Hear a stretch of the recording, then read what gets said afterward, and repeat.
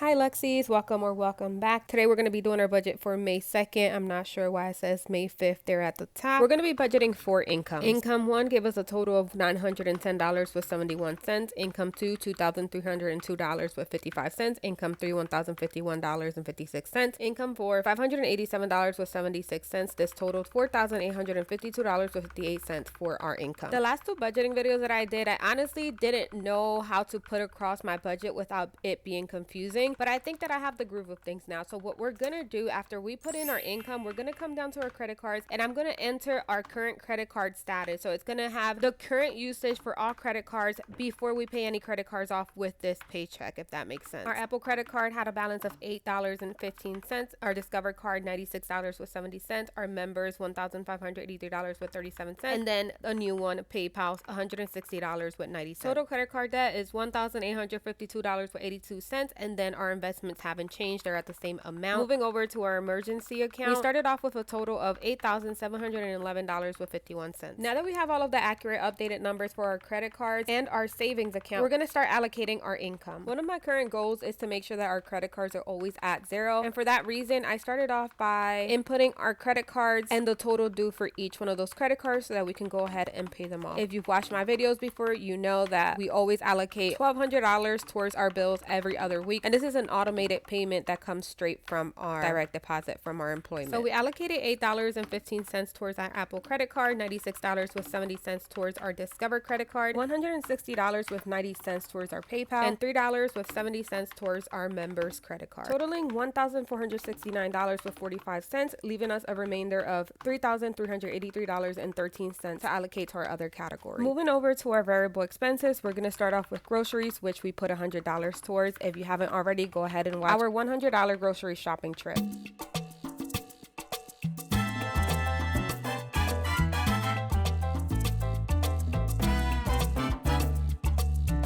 $40 went towards eating out, $20 towards beauty, $20 towards miscellaneous, another $20 towards miscellaneous, and then of course we have $50 for gas. A total of $250 went towards our variable expenses, leaving us with $3,133 with 13 cents. Woo, that's a lot of threes. Before we move on, I'm changing some of these categories to be italic. Those categories are the ones that we're going to use for our cash stuffing, meaning that I need to go to the bank to pull that money out.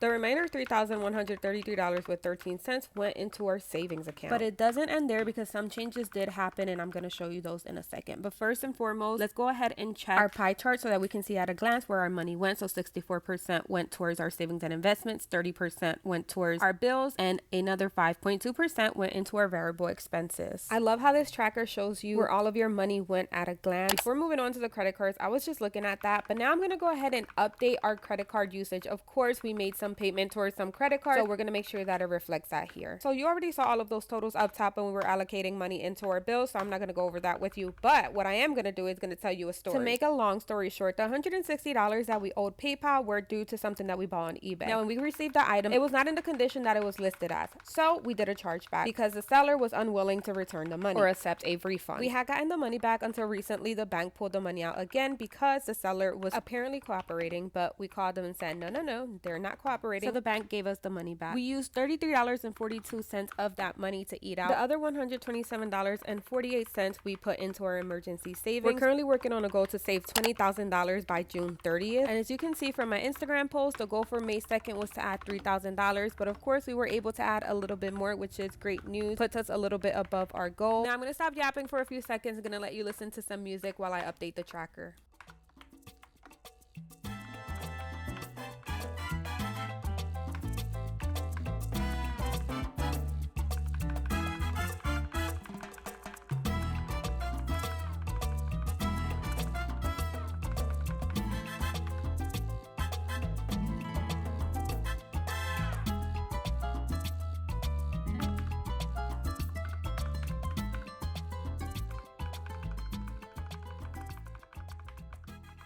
Moving down to our debt to income pie chart, we have a 96.5% savings with a 3.5% debt ratio. Thank you for following along with my budgeting journey. Make sure that you've already budgeted your paycheck and don't forget to stay inspired.